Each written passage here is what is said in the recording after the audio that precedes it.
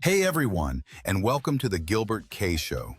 From science labs to red carpets, she's a Vietnamese-American powerhouse who turned her biomedical background into blockbuster ambition.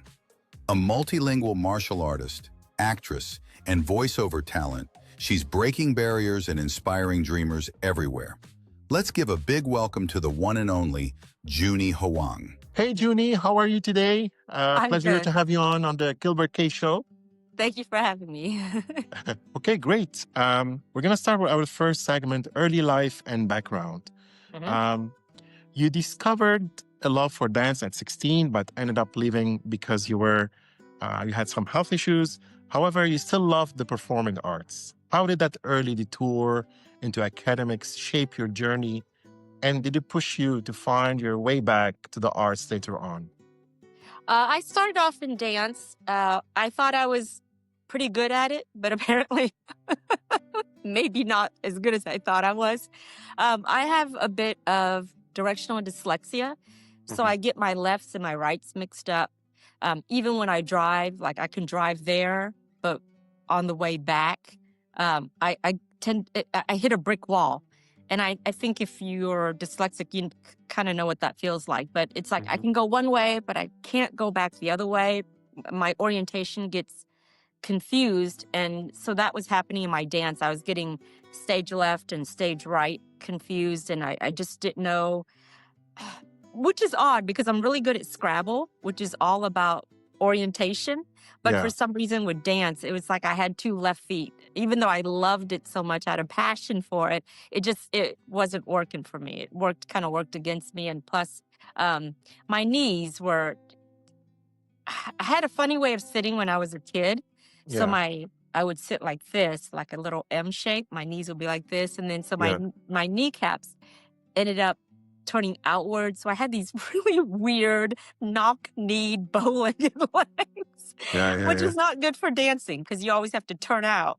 Mhm. Yeah, so it wasn't a good fit. I loved it, but it wasn't a good fit. So then I took kind of a break and I went to college. I got my BS in biomedical science from the College of Vet Medicine. And after I left college, I tried working in that field because it was what my mom really wanted me to do.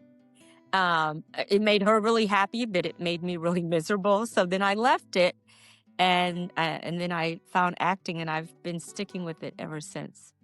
That's amazing. So you want to so you did you talk about the Bachelor of Science in Biomedical.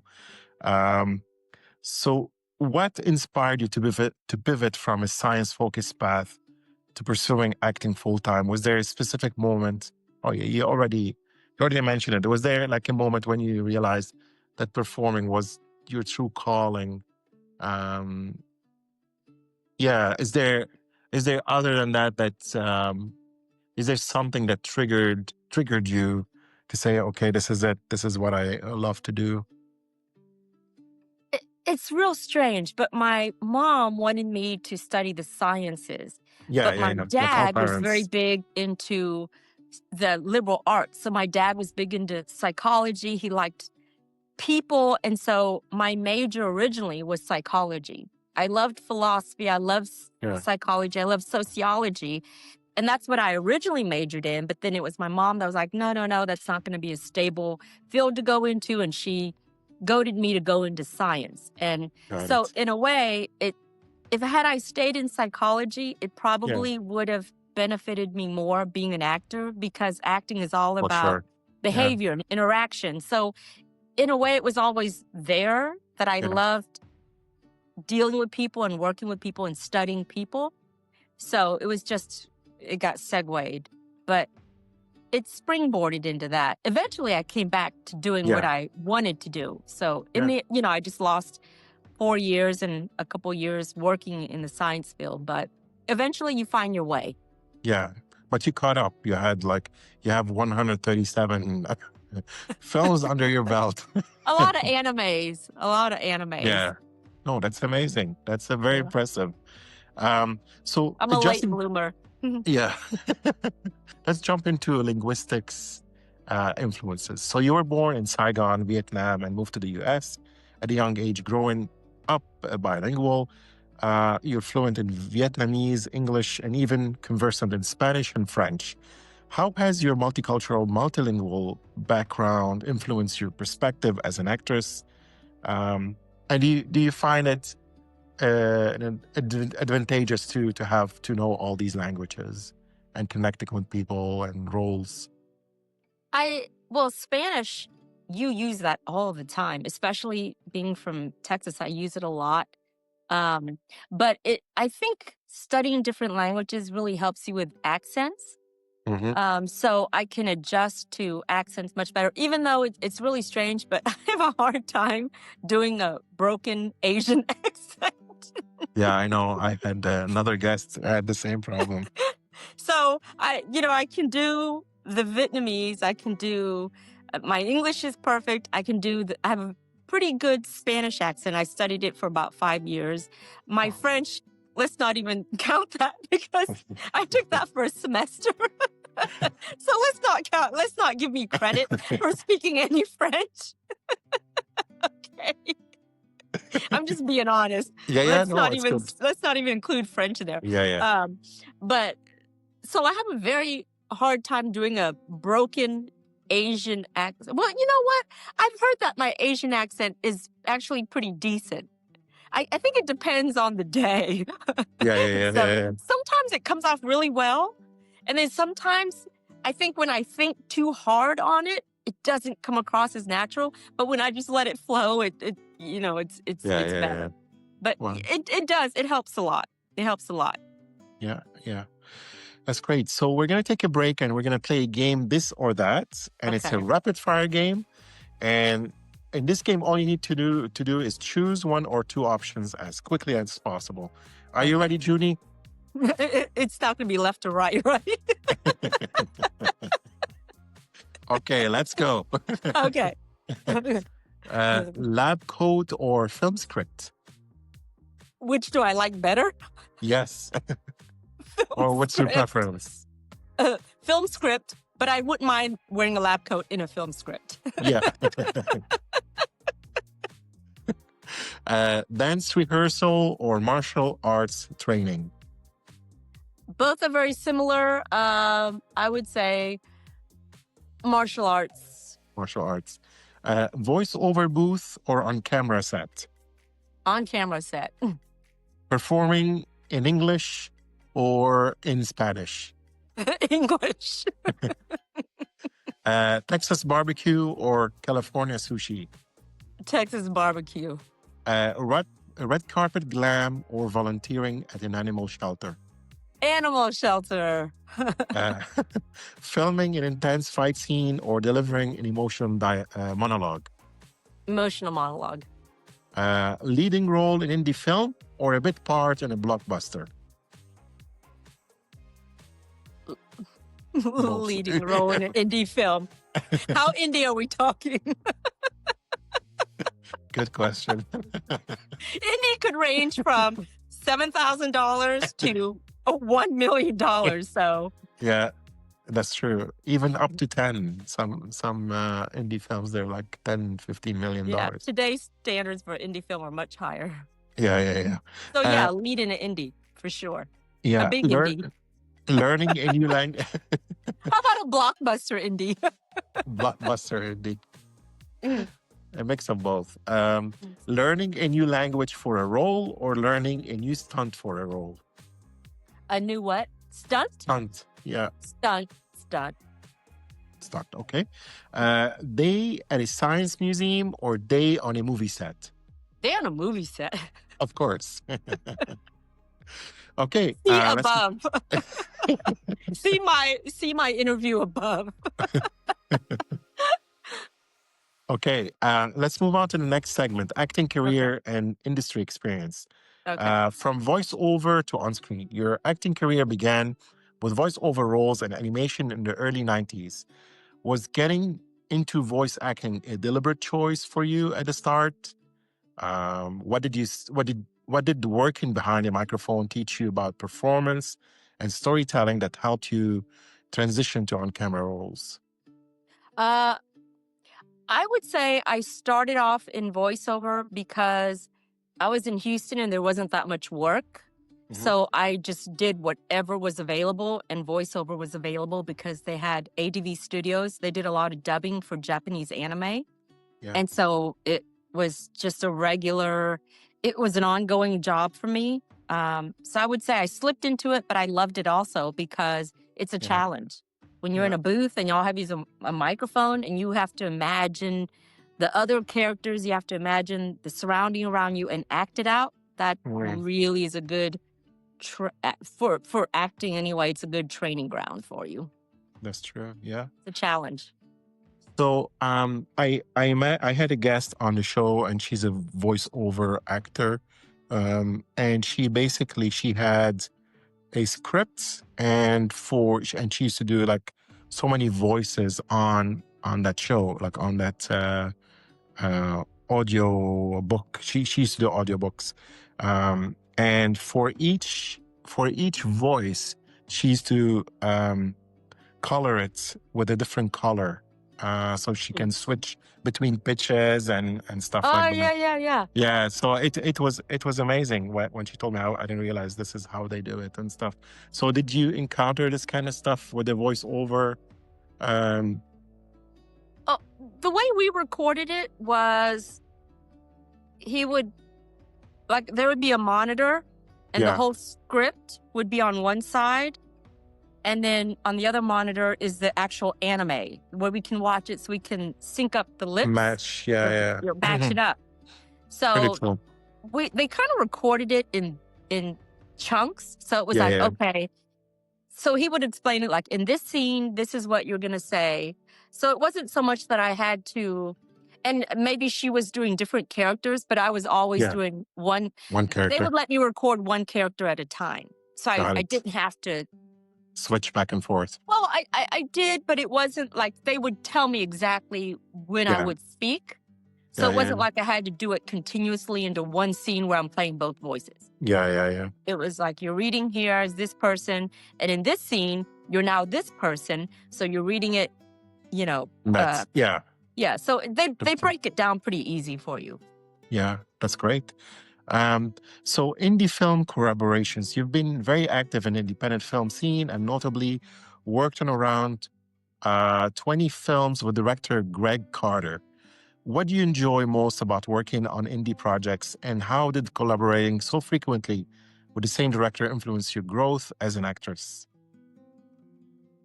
It was funny because when I started in Texas, we started as a production company. So Greg, Jaylene, and I, and Sean and John, there was a core group of us. We started a production company, and that's why you see kind of the same names. Like if you look Yeah. up me and Jaylene and I, she's also a production attorney, but she's an actress. So Jaylene and I have also done like 20 films together. So Yeah. Greg and I have done a number of films. Jaylene and I, Sean and I, John and I, we started a production company, and we did it that way so that each person played a certain role in the company. And every time we would get a job or a film, we would Yeah. all be able to work. That's great. So that was the reason why you kind of see the repetitiveness. It's because Yeah. all those films are from our production company. I don't want to say from our production company, but we helped to produce them. Yeah. Yeah. That's amazing. So your resume spans everything from anime, voice work to indie dramas, even reality show TV. With such a diverse portfolio, which role or project challenged you the most or brought you the greatest satisfaction, and what made it stand out for you? For me, the greatest projects I work on are always the horror films. Okay. I'm a big horror fan. So anytime I can work in a horror film, I get so excited. Even if it's a low budget or a campy horror film, I just love the atmosphere of being in that Yeah. environment. So I did a film called, it was a trilogy actually called Ginger Dead Man. I don't know if you've heard of it. Gary Busey plays the Ginger Dead cookie, the killer cookie. So I was in part one, 2, and 3, but I wasn't in 1, but I was in part 2 and 3. and I played different roles in them. But just to see how they make the special effects, and it's for some reason when you're on a horror film, it just seems like the environment is so much more lighthearted Yeah, because yeah, of the nature of it. I love the feel of it. yeah. That's So I great. would say working on any horror film is my favorite. That's great. So standing up to ageism, in 2011, you made headlines by suing IMDB for revealing your age, shining a spotlight on age discrimination in Hollywood. That was a brave move. What motivated you to take that stand, and what changes do you hope to see in the industry when it comes to how age and opportunity are handled for actors? Uh, as far as IMDb goes, the reason I started the lawsuit, I would say, is kind of selfish. I just didn't want my personal information out there because I know how fickle Yeah, the industry can be. So I didn't want it on there for my own purposes. And there were reasons why I didn't want it on there. I won't go into it. But yeah, yeah. when I started the suit, I just when the suit came out, I had received so many emails and calls and messages about people like, hey, this happened to me. And everyone, Um, everyone just jumped on board. And then all of a sudden it didn't feel like it was my suit anymore. It felt like it was everybody's lawsuit because everybody had the same issue. yeah. There was a petition that was floating around with 5,000 signatures of people who just didn't like the fact that their personal information was getting posted. Uh-huh. So it just segued from being a lawsuit about something that I wanted to get off my profile to just everyone had a bone to pick. And so it just made the lawsuit more inclusive of everybody. Mhm. And then it just became really worth fighting. It took me a long time. I went through 4 different law firms. $1 million later, and I would say about 10 years almost. But in the end, birth dates are now optional on IMDb. So That's you, amazing. Gilbert, can now remove your birthday on IMDb. Thank you, Judy. Glad to be of service. uh, that's amazing. So, going back to the questions, as a Vietnamese-American actress navigating Hollywood, do you feel your heritage has influenced your career in terms of opportunities or challenges? And have you been able to bring your culture or language to any of your roles? Yeah, I think with Asians yeah, in the entertainment industry, what I find, and I don't know if other Asians will agree with me, but I find that most of the roles go to Chinese or Korean. Oh. The Asian people that I think are represented less, I would say, are Vietnamese, Indonesian. You know, there's more roles for Chinese, Korean. That again, that's in my opinion. Yeah. But I find that when I do get cast for a Vietnamese role, they always put me in a nail salon. You know? Like I'm doing somebody's nails, or I'm Mother. talking crap about, you know, the customers that are getting their nails done. And I'm okay with certain stereotypes, but it's like, hey, if I'm going to audition for that, that's fine. But have Yes. there be more variety for Vietnamese people than just us doing nails and talking bad about the customers. Yeah. No. Yeah, and that's why some actors they start up their own production companies and they make the films that they want to make, right? So to get more opportunities, because you're right, like because people, I guess, they stereotype. Yeah, it's unfortunate. And stereotyping is, you know, for me, I just appreciate the work. Like Yeah, I'm constantly playing a doctor or a nurse, and I'm not going to complain about it because yeah, it pays the bills, right? I get yeah, paid to play a doctor or nurse. So I'm not going to complain. at all. I would take every role that you give me where I'm playing a doctor, nurse, even a nail salon tech. I mean, Yeah. I may say, hey, I want to, play something else besides a nail tech salon. But if you're going to give it to me, I'm going to play it. Sure, why not? Yeah. It's work, and if you get paid, so no, it doesn't. Yeah. I would And just some love to see more people, roles. yeah, and some people made it in the industry because of that. Like Sandra Oh, she was on a show, right? She was in the hospital. I forgot now the show name. My wife Oh, watches it. is it ER? ER.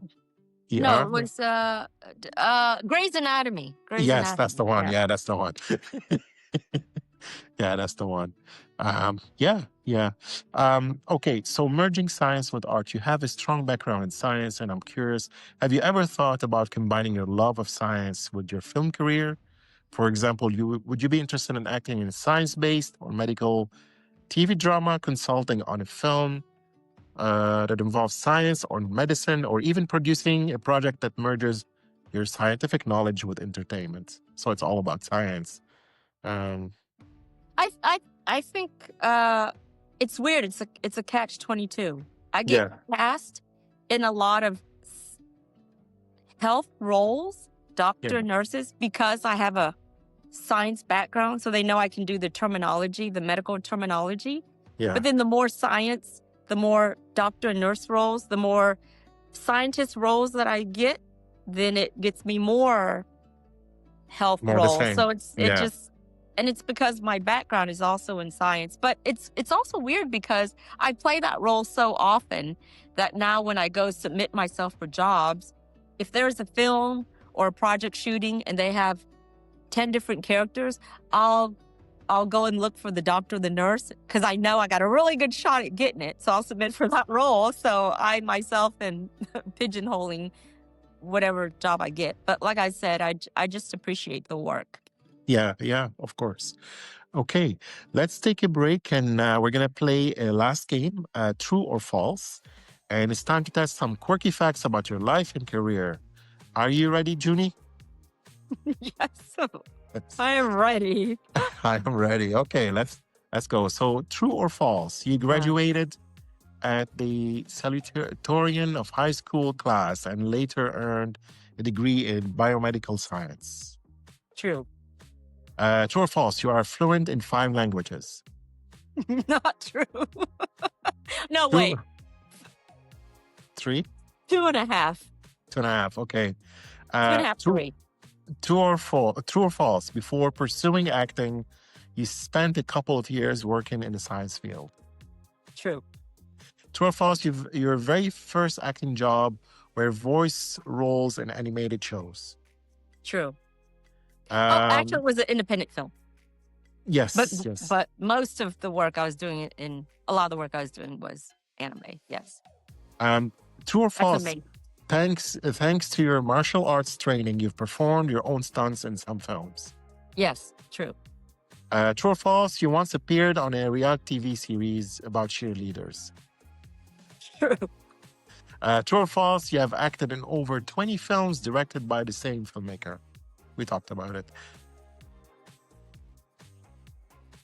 True. But I do other things outside of that filmmaker.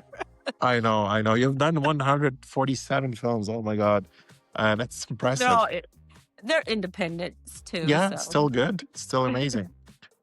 True or false? At one point, you seriously considered becoming a vet. A doctor. A doctor, okay? True. Yes, your mom was pushing for that. True or false?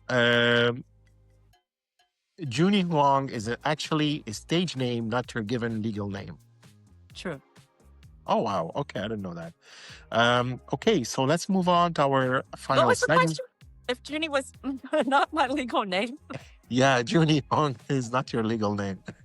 That is correct. It's not? It's not my legal name, no. Okay. It's your given name. Okay, so... It's a nickname. Nickname, sorry, yeah, that's what I meant. Yeah. Okay, so let's go to our final segment, reflections, advice for aspiring actors. Even with a busy acting schedule, you haven't lost your passion for other pursuits like martial arts and language learning. Do you still make time for these hobbies? And how do they contribute to your life or even to your acting? I actually love, I don't want to say I love it, but I kind of am forced into it. But cars. We have a business with cars. So Okay. I am finding a lot about cars, more than I want to know. Yeah. And also, I love animals. That's really where I want to go. When I'm done, I don't think I'll ever be done with acting, but when I start refocusing, I think I want to focus on working with animals. Okay. Yeah, That's the great. martial arts is, it's, I would like to take classes again, like on the weekends, just to keep Yeah. healthy, but uh, I'm, it's really more about animals for me. I have a Yeah. really soft spot. I think everyone, as they get older, they tend to go more towards nature and animals because it's very Yeah. soothing and calming to get away from people. My goal, here's my goal: get further away from people and closer to animals as I get older, right? That's funny. No, Uh, I love people too. okay. So, how did your family react when you decided to leave behind a potential career in science for an unpredictable life of acting? Did you have to convince, I guess, did you have to convince them about this dramatic career change, or were they supportive? Yeah, so I know the answer, but is there anything you want to add about that? Your dad I was didn't in really get favor, and then your mom was in favor. I didn't really get a lot of support from my family acting wise. Uh, Hmm. for me, and I hope this is not for everyone else who's in the business, but my support system really didn't come from my family. It came from friends and people who were in the business. Hmm. My family was very much into scholastics, academics. Yeah, So being an actor was just it was something. And I'm sure that's very common for most Asian parents. Yeah, families. yeah, But lots of parents. Yeah. yeah, so it kind of, I don't really talk about my acting too much Hmm. with my family because I think they still consider it as more of a hobby. And it's like, okay, when are you going to be done with this so we can get to the real stuff, you know? And so Yeah. I will talk about my acting more to my friends and colleagues than I would my own family. Okay. Yeah. So throughout your journey, who have been your biggest mentor or inspiration? Or who So really encouraged you or influenced you the way you approach your career and craft? Do you have like a mentor? I have three people that really inspire me. My dad, my grandma, and my aunt. And they Hmm. inspire me not so much. And they inspire me in the sense that my dad, he used to be he was a captain in the Vietnamese Navy. So Yeah. he always taught me discipline. And you need a lot of discipline, no matter what field you're in. My grandma was the kindest person you would ever meet. She had such a good heart and soul. And all my morals and ethics about how to treat myself and treat other people, I would say would come from my grandma. She was such a good person. I really believe that she was the true definition of a Buddhist. Hmm. Um, and my aunt was fiercely independent. And the person that I would like to aspire to be in my old age would be her. Because at Hmm. 96, she passed away when she was 9. And all those people are gone now. But my aunt, she died when she was 96. And she was the most independent person. Like, she cooked for herself, she cooked for other people. She Hmm. never wanted to rely on anyone. She didn't want to owe anybody anything. She was her own person at that age. And to me, that is so admirable. And I could only hope that I could be that person at that age. That's And amazing. and that carries through into everything I do in my personal life, in my acting, how I deal with people. Yeah. It's a big influence on me, and I'm sure everyone has. Somebody. people like that. Or I would hope that everyone has someone like that in their life. That's amazing. So what advice would you give to aspiring actors or young professional listening, especially those who might be considering a major career change like you did? Any words of wisdom on taking the leap? Any advice? I think the best advice I could give is to do what you're passionate about and love what you do and do what you love. Because like me, I really wanted to study psychology, which would have naturally segued into acting. But I took a different turn to study science for my mom. Mm-hmm. And now, Yeah. bless her heart, now she has dementia and she doesn't know. And so I'm like, okay, I did all that, but it's like, think about it in the long term. Yeah. How eventually the universe will correct itself and it will lead you down the path that you were meant to be on. Yeah. I feel that way. I feel like no matter how many different ways you try to say, okay, I'm not going to do this, but if it's meant to be, it's going to correct itself and put you back on that right path. Yeah. So do what you love and love what you do. That's great. And finally, looking to the future, what are some of the goals or dreams you still hope to accomplish in your acting career? Are there new upcoming projects you're excited about? Anything? There's three. If you can't talk about that. Yeah. There's 3 projects they're like my bucket list projects that I would love to do before I completely get out of the business. I'm trying to do a reality show, but I don't want it to be a mean-spirited reality show. I want it to be, how when things get really bad, people have to laugh at it. Because if you didn't, it would just be so serious and so dark. So I'm trying to do a reality show about my own dysfunctional family. Okay. I mean, there's a lot of comedic moments that can be had there. So I don't in any way want it to be about, how reality shows today, they're like people just fighting and arguing. I want Conflict mine to all the time. be, Yeah. we have that in every family. My family, we have that a lot. But I want to put a nice comical spin on it to where it doesn't get so dark, but it can be funny and relatable. So I'm trying to do that. And of course, the reality show will have like cars and music and, family dysfunction, all that. The second project I want to do is my own true crime show. Okay. And that one I probably won't go into too much detail.